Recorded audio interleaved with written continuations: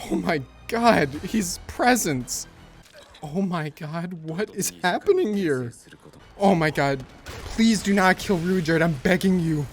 Bro, this episode, you're kidding me. Turning points every time, man. Every time. Oh my god, there's so much to talk about in this review. My god, dude. Turning points. Every single time, man, turning points. This is the most intense Mushoku Tensei has gotten in the entire series. It is the most mysterious it's gotten. It is the most climactic it's gotten. The stakes have never been higher. They've never been felt more.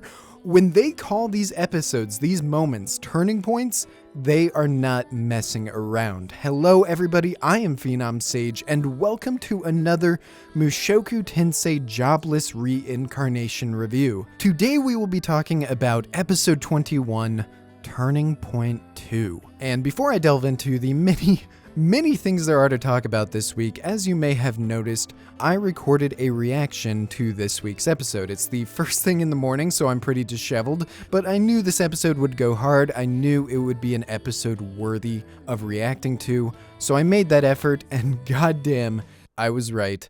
Reacting to this is the best decision I've ever made. I'll try to include as many short clips as I can throughout the video and after the review, but if you want to see the full uncut reaction, you can join the Discord server in the description below because that's where I will be linking the entire thing. I don't know how long I'm gonna keep it up, but I hope you guys enjoy regardless.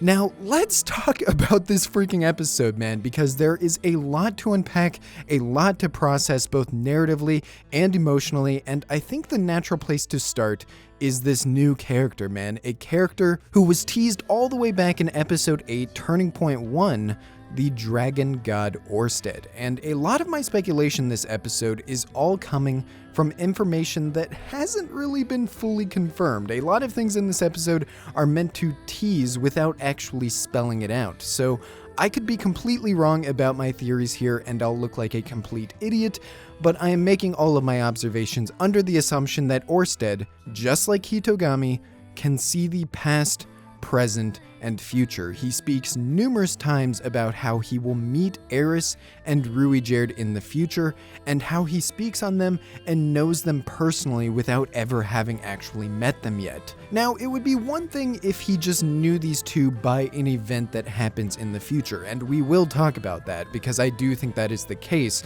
but he also seems to have knowledge about people even outside of his own encounters. For example, he knows about Paul and Paul's two daughters. Of course, it's possible that he knows them from encounters as well, but what I think is more likely is that, like Hitogami, he has this omniscience. He is aware of the entire world and the people within it at all points in time. Now, this alone is already wild. It's really cool to meet somebody in the real world who has this power and is just roaming around with it. But what's even more interesting to me is that Orsted's view of reality, this perception of the past and the future, is all a perception of a reality where Rudius never existed, where Rudius didn't get transported to this world. He says that Paul should only have two daughters. He says that he doesn't recognize or know Rudius as a person, and because of this, Rudius has now altered Orsted's entire view of the future.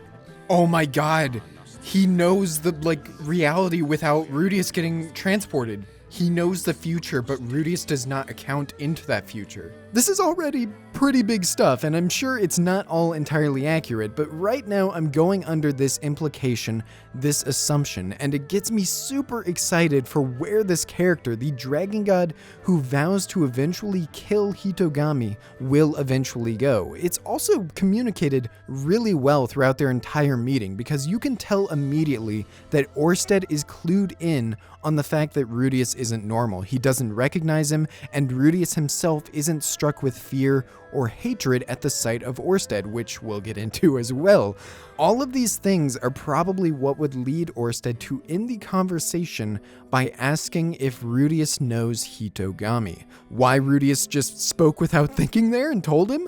I'm guessing it's because that's something that's always been on his mind, but he's never had an excuse to bring it up before, so I guess it kind of works in that case, but even then, it really wasn't the smartest decision. At this point though, Hitogami is out of the bag. Eris and Ruijerd should should have heard him talk about it, so I assume next episode we'll get a little bit more between them, where Rudius tells them everything he knows, and maybe we can finally learn a little bit more about the man god. Speaking of the man god though, speaking of Hitogami, we need to talk about this dude again, because for the entire series, we've been questioning this guy's motives. What is he scheming? Why is he going to these lengths that guide Rudius through his life? What is his end goal? And while we don't really get any closer to figuring those things out, we now have a little more context to who this guy is, what his limitations are, and his connections to other people. For example, why is Hitogami trapped in this white space while Orsted can just walk around in the world freely? Why does Orsted want to kill him at all? Is it like he says, where Hitogami is a good guy and Orsted is a bad guy? I have a feeling it's not that simple, but it calls into question a lot of things. I'm wondering, is Hitogami similar to Orsted as a cursed child? Someone who has curses placed on him in a way where maybe that is the reason why he can't leave this void of nothingness. Do all of the gods have some kind of curse or another? We know that Lapis had a curse placed on him that he somehow transferred to the cursed spears. How much does Orsted really know about these things? He may not be aware of who Rudius is as a person, but does he know about people coming from other worlds, people who defy the rules of this world and are born with this massive potential? I have to imagine if he's a god the same as Hitogami is, that is the case. He knows about these things, and it's why he's pretty reserved even when encountering an anomaly like Rudius. So many questions, so many theories, and that leads me into another theory. This one is even more out there, even more unfounded, but I'm wondering if this girl who travels with him, the one named Nanahoshi, I wonder if, like Rudius, someone named an apostle of the man god by Orsted, if that this girl is an apostle of Orsted himself, and could she have similar origins to Rudius as someone who was brought from another world by Orsted? Again, this could be completely wrong. I don't think we even have confirmation that Rudius was brought here by Hitogami. That's just an assumption I'm making. You would assume that's the case, but there's still a lot more with that to unravel. And I think that's kind of what all of this is getting at. Even if I don't have any of the answers to any of these questions, this episode does such a good job of presenting this information in a way where you want to theory craft about it, you want to unravel these things, and it leads you to want more of this series. In terms of theory crafting, world building, and foreshadowing, what I find probably most interesting about this episode, though,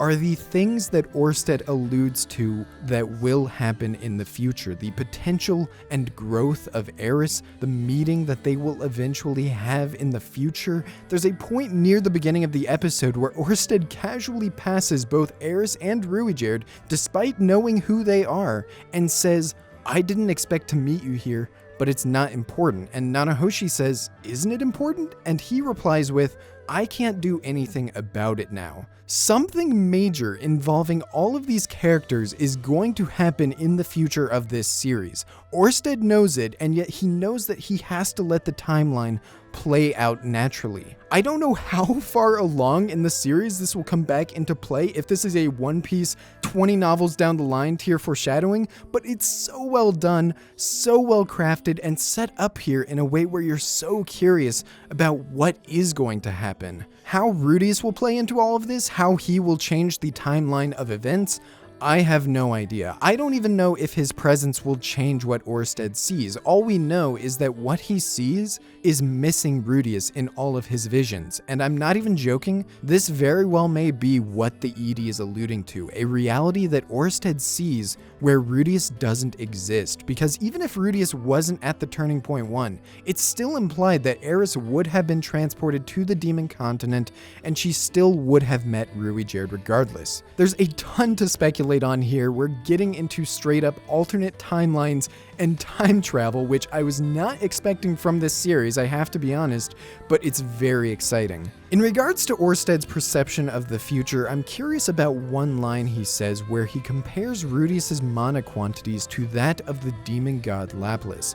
Now, I'm going to go out on a limb here and say that he is not talking about Rudius how he is in the present. He's talking about Rudius's mana quantities later in his life, possibly when he's reached his prime. But that calls calls into question my theory earlier about him not being able to see Rudeus in his perception of the future. Can he see him in the future now that he's met him? Is he really talking about his mana quantity at this current point in time? I have a hard time believing that Rudeus has mana equivalent to the demon god Lapis at this current point in time. I'm still not exactly sure what's going on here, and I'm guessing that this is something that will become more apparent later in the future. What I really want to know right now, though, and something that Rudeus himself questions at the end of the episode, is why, after all of that, Orsted still decided to heal and save Rudeus's life. He was hellbent on killing him just a second ago, but something that Nanahoshi said about Rudeus made Orsted change his mind. I have to wonder if she realizes that he's from another world, maybe that he is being used by Hitogami instead of just being his apostle, and something regarding Rudeus's involvement in the future is what led Orsted to change his mind. In general, this sets up so many things for the future of the series in a way where it really does justify the name Turning Point 2. But at the same time, I have to wonder where these last 2 episodes are going, because in Turning Point 1, literally everything in the series changed. We got transported to a completely different continent, and it changed the entire overarching goal and structure of the series. And yet here, despite the Turning Point name, and obviously a very awesome, tense, climactic episode, next week, I'm not sure how much will actually have changed because of this experience. We still have the same mission, we're traveling to the same area, nothing has really changed except the fact that we've obviously now had a very traumatic experience, and Eris and Ruijerd are both aware of Orsted and Rudeus's connection to Hitogami, and I don't even know how deeply they'll explore that next week. So I'm really looking forward to seeing how they conclude this season before making us wait several years to see a continuation. It's not just the lore, though, that made this episode awesome. There was a ton of great characterization and little moments that continue really fleshing out this cast, and that's something that you especially want in an episode like this, where everyone's bonds and emotions are being put to the absolute limit. Even just the beginning, where Ruijerd finally acknowledges Eris's progress and training, is a sign of what's to come, but it's during that Orsted encounter where you really get the best stuff, and you get it even in spite of some things working against it. For example, with Rudeus as a character, I have to admit, I am not really concerned about the stakes regarding his life. Even in that reaction, I was way more scared for Ruijerd than I was for Rudeus, because you know Rudeus is going to be okay. The whole story is centered around his life and his growth as a human being, and yet in spite of that, they still really make you feel in these moments because of the people who Rudeus has made relationships with. I can tell you, I got emotional watching Eris witness Rudeus get impaled right before her eyes, and then eventually when she embraces him at the end of the episode after realizing that he's going to be okay, that stuff, no matter how easy it is to predict that Rudeus will end up okay by the end, that stuff really hits hard in a way that is emotionally satisfying. I also found Rudeus's characterization this episode really interesting and satisfying as well, how even in his dying moments, even in what he assumes is the afterlife, he's only thinking about how he couldn't keep his promise to Eris, and even relating and empathizing with the loneliness of Orsted, this guy who just killed him, potentially killed Ruijerd too. Rudeus is sitting here in the assumed afterlife just feeling sorry for his loneliness and for the curse he was born with. It says a lot about Rudeus as a character, and again, it makes him even more likable as a person. Overall, you don't even need me to say it. The episode was fantastic. It was tense, it was exciting, it was thrilling. It's everything that I wanted a Turning Point 2 to be. And shout out to Studio Bind, of course, who delivered incredible artwork and incredible animation that really communicated the presence and power of Orsted immaculately. I especially want to give a shout out to magic in this episode. We see magic being used in cool, unbelievable ways that we've never seen in this series before, like Rudeus casting wind magic inside of his mouth to refill his lungs that just got destroyed by Orsted has to be the hardest rawest thing I've seen in the last month. That was so goddamn cool. The desperation, the panic, it's just so well done. I can't speak enough praises about this episode, and if you want to see my first-hand reaction to this episode, here's some clips. The full reaction will be in the Discord below. Thank you all for watching. I love you all, and I will see you in the next video. Oh my god, we're getting right into it. What the hell is going on? Not like this, dude. Right away. No. Who? Rui Jared? I'm not even joking. I had a feeling this was happening before the end of the season. I don't think they're gonna put a death just at the beginning like that. Oh my god. Getting right into the... Man, whenever they get into the training, you know it's gonna go hard. Jesus Christ, Eris. Rudius, you bastard. Is this really, like, we have to do all this to get back to where we were? I don't... Are these like those mountains we saw, like, at the beginning of the series? I'm frightened right now, man. Not like this. What is going on right now? Oh my god. He knows the, like, reality without Rudius getting transported. Oh my god. Please do not kill Rudius, I'm begging you. The soundtrack. Oh my god, that's thumbnail.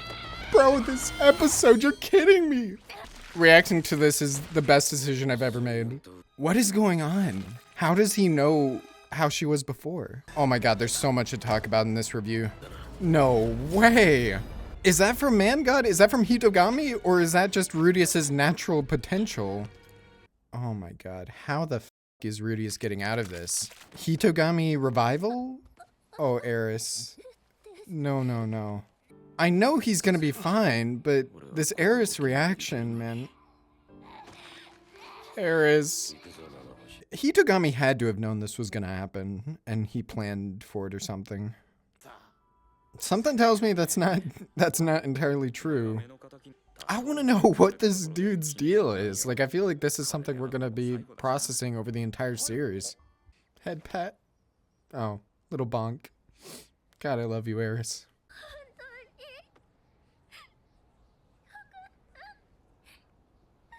Oh my god, that episode.